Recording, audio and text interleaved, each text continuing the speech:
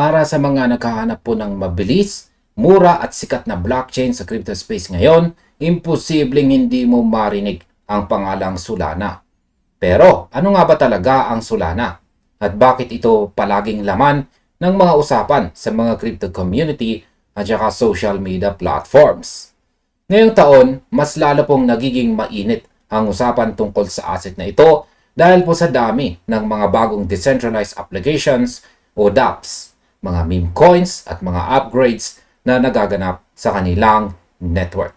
Ang Solana ay isa po itong open source blockchain platform na idinisenyo para maging mabilis at kaya pong mag-handle ng dambuhalang volume ng mga transactions sa napakalaking halaga.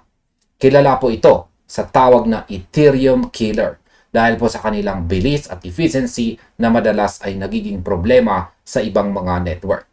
Kung bago ka pa lang sa crypto o kung matagal ka na ditong nagtitrade, mahalagang maunawaan mo ang core mechanics ng platform na ito upang maging gabay sa iyong mga desisyon. Kaya sa video na ito, sasagutin po natin ang mga pinakamahalagang katanungan tulad po ng sino nga ba ang mga utak sa likod ng Solana? Maganda ba itong investment? Mapagkakatiwalaan ba ito? O sobrang delikado? At higit po sa lahat, kaya ba nitong lamangan si Ethereum sa hinaharap? Kaya pag-usapan din natin ang on-chain data, ang technology sa likod nito, at ang mga kaakibat na panganib o risk para magkaroon po tayo ng malinaw na pananaw. At ayan, simulan po natin sa kung ano nga ba itong si Solana at sino ang nasa likod nito. Yan, ang pinaka-basic na tanong, ano nga ba itong si Solana?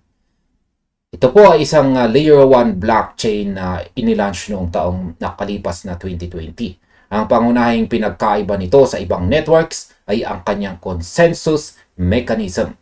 Gumagamit po ang Solana ng kakaibang kombinasyon ng Proof of Stake or POS at saka Proof of History or POH.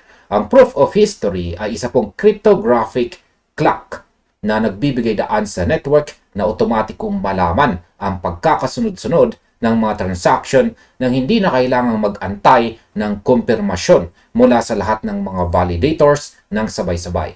Ito po ang dahilan kung bakit umaabot sa libo-libong transaction kada segundo ang kaya po nitong iproseso. Ngayon ay sino naman ang mga tao sa likod ng project na ito? Ang Solana ay binuo po ni Anatoly Yakovenko. Kasama po niya si Greg Fitzgerald. Si Anatoly Yakovenko ay isa pong software engineer na may malalim na karanasan sa mga dambuhalang kumpanya tulad po ng Qualcomm at saka Dropbox. Ang kanyang background sa system architecture at saka communications tech ang nagtulak sa kanya na gumawa ng isang blockchain na gumagana ng kasing bilis ng isang modern computer network. Itinatag nila ang Solana Labs at ang Solana Foundation naman na nakabase sa Switzerland ang namamahala sa development at ecosystem growth nito. Ngayon, sa aking pananaw, ang pagkakaroon po ng mga founders na may lehitimong background sa tech at saka software engineering ay nagbibigay po ng malaking kredibilidad sa project. Hindi po ito binuo ng mga anonymous developers na pwedeng maglaho ng bigla.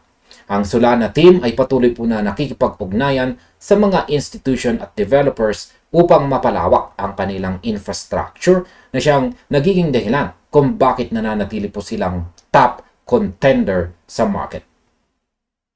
Yan, pag-usapan naman po natin ang investment potential. Yan, ang making at saka losing money tungkol dito.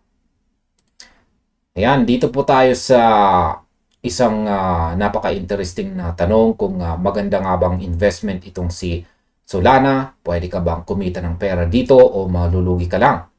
Ang sagot po dito ay depende po ito sa iyong diskarte at saka risk tolerance. Ang Solana, ito po ay ang SOL, ang native token po ng Solana. At ito po ay nagpakita na ng napakatinding growth sa mga nakaraang cycles. Pwede kang kumita dito kay Solana sa pamamagitan po ng spot trading, futures trading, pakiki-join sa DeFi or Decentralized Finance Protocols, pag-stake ng iyong mga tokens para makakuha ng passive rewards, o ang sikat na sikat ngayon na pag-trade ng mga Solana-based meme coins at saka NFTs. Subalit napakahalaga ring malaman na pwede ka ring mawalan ng pera dito kay Solana. Ang crypto market ay labis na volatile. Kung bibili ka po sa peak o sa pinakamataas na presyo dahil po sa FOMO or fear of missing out, malaki ang tsansa na maipit ka kapag nagkaroon ng market correction. Bukod dito, ang ecosystem po ng Solana ay puno ng mga high-risk micro-cap tokens at saka meme coins. Kung hindi ka po mag-iingat at papasok sa mga proyektong walang tunay na utility o mga tinatawag na rug pulls, mabilis po na mauubos ang iyong kapital. Ang masasabi ko po tungkol dito ay ang pag-invest dito kay Sol or Solana ay nangangailangan ng sapat na kaalaman at emosyonal na disiplina. Hindi po sapat na nakikita mong umaakit ang presyo sa chart. Kailangan mong pumasok sa mga tamang buying zones at gumamit ng proper risk management. Huwag na huwag kang mag-i-invest ng perang hindi mo kayang mawala dahil ang market ay walang sinasanto. Pwedeng magbago ang direksyon nito sa loob lamang ng ilang minuto. Ayan, pag-usapan naman po natin ang tungkol sa pagtitiwala, ang risk, at saka ang comparison kay Ethereum. Yan, maaari mo nga bang pagkatiwalaan itong si Solana? At ano ang mga risk nito? Sa usaping seguridad at saka uptime, si Solana ay may kasaysayan ng mga network outages o ang pansamantalang paghinto ng blockchain dahil po sa sobrang congestion o mga bugs sa code. Bagamat ang Solana Foundation ay patuloy na naglalabas ng mga patches at upgrades tulad po ng FAR Dancer client upang mas maging stable ang network, ang mga outages na ito ay nagdudulot ng pag-aalinlangan sa mga malalaking institutional investors. Ito po ang pangunahing risk ng Solana, ang estabilidad o stability ng kanilang network sa ilalim ng matinding stress. Ayan, paano naman ito maihahalintulad kay Ethereum? Kung pag-uusapan po natin ang bilis at saka gas fees, di hamak na mas mabilis at mas mura itong si Solana. Ang transaction kay Solana ay nagkakahalaga lamang ng maliit na bahagi ng 1 sentimo kumpara kay Ethereum na madalas ay umaabot ng $1 ang bayad kapag mataas ang traffic. Subalit ang Ethereum ay mas decentralized. Mas subok na ang security sa loob ng maraming taon at may mas malaking total value lock or TVL sa DeFi. Kaya ang masasabi ko po dito, si Solana ay mas nakafocus po sa scalability at user experience para sa mga pang-araw-araw na transaction. Habang si Ethereum naman ay nananatiling gold standard para sa security at saka decentralization. Hindi kinakailangang patayin ni Solana itong si Ethereum para magtagumpay. May espasyo po sa crypto market para sa dalawang magkaibang diskarte na ito.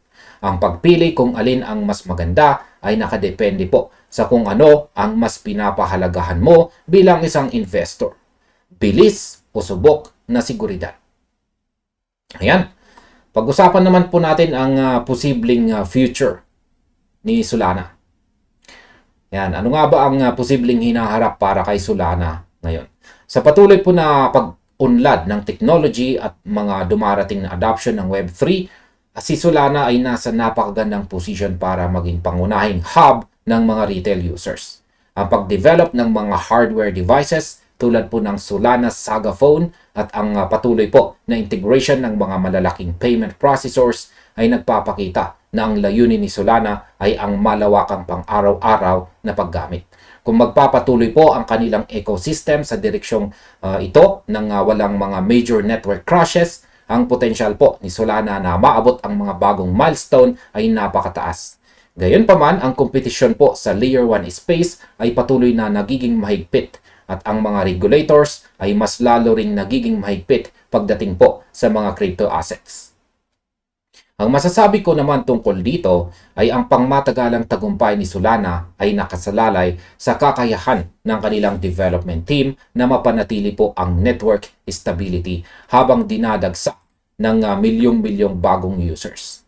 Palagi pong tandaan na ang research or DYOR or do your own research ay ang ating pinakamabisang sandata bago po tayo maglagay ng pondo sa kahit anumang digital assets. Kaya manatili po tayong mapanuri, subaybayan ang mga on-chain developments at maging handa sa anumang galaw ng market. At hanggang dito na lamang po tayo sa video na ito mga ka-crypto. Maraming salamat sa inyong panonood. Maaaring panoorin na rin ninyo ang recommended na video sa ating screen dito.